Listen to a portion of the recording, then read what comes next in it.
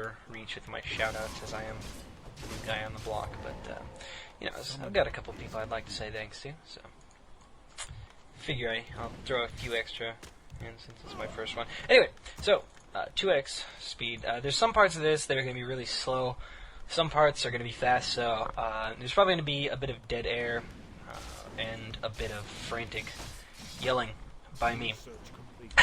So hopefully this goes right. It'll be fine. You guys will deal with it. So, by the way, he shows up and the lab is already crept, in case you didn't notice.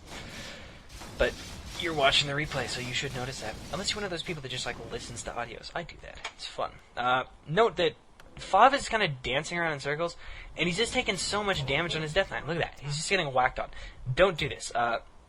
It's cool to waste the human's time and make him futz around like that, but you're wasting, you're wasting your own time, or you're wasting your own HP. It's going to make it a lot harder to harass. So, 200 lumber, you got about 290, running the ghouls down. Cool about this is Todd actually scares Todd off here a bit.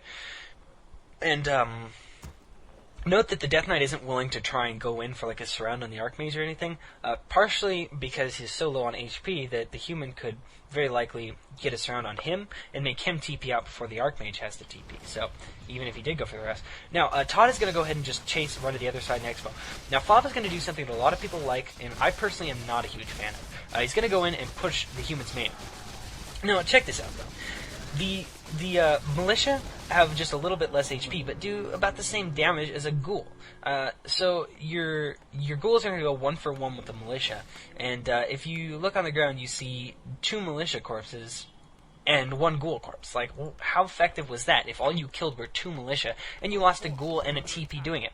As soon as the Archmage came over, because you're going into his base, you can't really walk away because his base is very closed in, so he has to TP. And then his DK comes back over here, running across the map for a harass, and he's just going to get whacked on some more.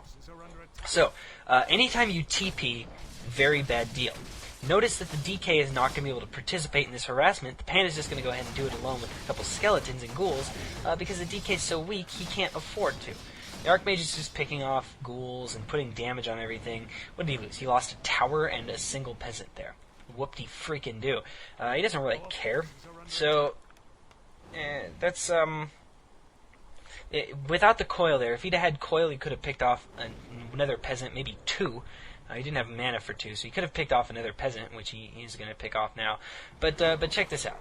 It's when you do have a low HP Death Knight, and you bring him in here, now he's kind of screwed because he's going to get a little careless, he gets trapped, and whoopsies, Death Knight's dead. And then you've got a Panda, all by himself out there, who is a slow bastard, and he's just going to kind of futz around here until the Archmage comes over, right-clicks him, and then he has to just suicide into creeps. So Panda by himself is not very good. When you take a lot of damage on your Death Knight, it totally screws your harass. You're not going to get anything done. So here's Todd. His opponent's 2 heroes are dead. Notice how much faster he's teching than his opponent was. Notice how many less towers he needs than his opponent did, or than Zorthane did last game. He's still going to make quite a few towers because there's a good chance that Fav is going to try to Destro push to sort of make up for his lacking early game. Which is actually what we're going to see, and I think you guys will like this. So note that the less towers the human has to make, the more efficient his expansion is. It's the less investment it is. So Fury, because he's dead half this game so far, or just red HP chilling out trying to gain some HP back, is not going to be very high hero levels at all. And what we're going to see here is he's going to try to creep up to level 3 or just get a little extra XP. The human is doing his typical harass on the undead. I'm almost of the opinion that since the undead is creeping, he might have been a little better off if he just run straight down into his base. But whatever. You can do a Destro push very quick. This is 11 minutes in. It's going to be 12 minutes before he actually gets over there to do the push. You can go a lot faster than that if you have a better early game. So that's another thing. Todd has time to get a ton of towers. 1, 2, 3, 4, 5, 6, 7, 8, 9. As a human player, some tips for you. You want probably more 12 towers if you're going to be up against Destro push. Actually, this is going to be 1, 2, 3, 4, 5, 6, 7 destroyers. Jesus Christ. That's a ton more destroyers than you almost ever see. Anyway, so look at how fast these towers are going to go down. That kind of sucks. A lot of people whine Imba about this, but there's not really too much. Notice he was setting up a second expansion. But let's take a look at this Destro push. It may look like, Todd is pretty screwed right here. Let's take a look at this. He's got less ghouls, so he lost a lot of ghouls in the early game, and he didn't really. I don't know if he even brought all of his. He only left one. Okay. He also left a statue. That kind of stupid. But that means that all the towers are pretty much going to be focusing right on the Destros, so it puts more pressure on your Destros if you have less ghouls. He's got lower hero levels, which means it's not very easy for him to nuke the human heroes down. Now he's got some pretty decent numbers on his heroes, but not as high as he'd like. So the Archmage is able to just kind of chill out and right-click stuff. He has no ghouls right now. If he had ghouls do 50% damage to buildings. Magic does, I think, 25. Magic and Siege, one does 25, one does 35%. I think Magic does 25, so 25% damage, or 35, to buildings is nothing. Watch how slow, at 2x speed, this freaking building is going to go down. And it's just terrible. So, but keep in mind that until about the... Let's see, how long did the expo go? The expo went up, maybe 4 or 5 minutes into the game or something? Maybe but there's still like at least 5-minute period, maybe 6 minutes, where Todd was at 20 gold income. 2 gold mines at 10 gold each. And Fav, excuse me, getting names mixed up, was at 10 for a lot of that, and 7 for a lot of it, when he was Destro pushing. So, Todd, regardless, has a huge gold surplus.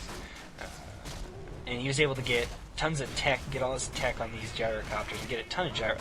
So, he's fighting here. Keep in mind that gyrocopters are a very good option, as they don't require Tier 3 to build. They only require Tier 3 for the upgrade, the splash upgrade. So that's a ton of destroyers.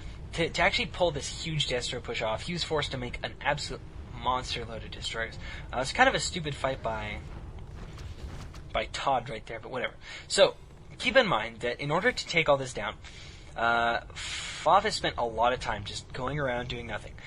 He does not have an expansion. So he's still at the 1 gold mine, has been all this time. So now, in a little bit, you're going to see he's going to go off and try to counter-expand. As opposed to last game, where Fury went ahead and counter-expanded very quickly. It is kind of decent, I'm not going to say the Destro push was a bad idea necessarily, but it's kind of the recipe for Doom here, that you're going to see. So he's going to Expo, but it's like, 20 minutes into the game? And, it's not like he just, was really late, necessarily. It's kind of that he didn't have the opportunity based on how bad his early game went and the strategy he was employing. To actually take down that freaking castle took so long. So anyway, let's look at food count. Fav has 70, Todd 41. So here we have level 5 Panda. We've got... level 4 Death Knight, running around the map, creeping it up, looking for Todd's second expansion. Todd over here with 44 food now, is scouting out this expansion, opposed to Fav's 73. So, he knows that Todd is around. He's kind of going to chase him around here. But, as you're going to see, gyrocopters are a lot faster than destroyers, so he can kind of easily evade those. Just whacking at the human heroes. Human heroes are really kind of fun to play around with, because they're pretty invulnerable once you've got the high-level paladin being level 3 or higher or anything. Panda's just kind of like the equalizer here. He really will throw gyrocopters, just totally screw them over. Okay, so here is Todd's 50 food army versus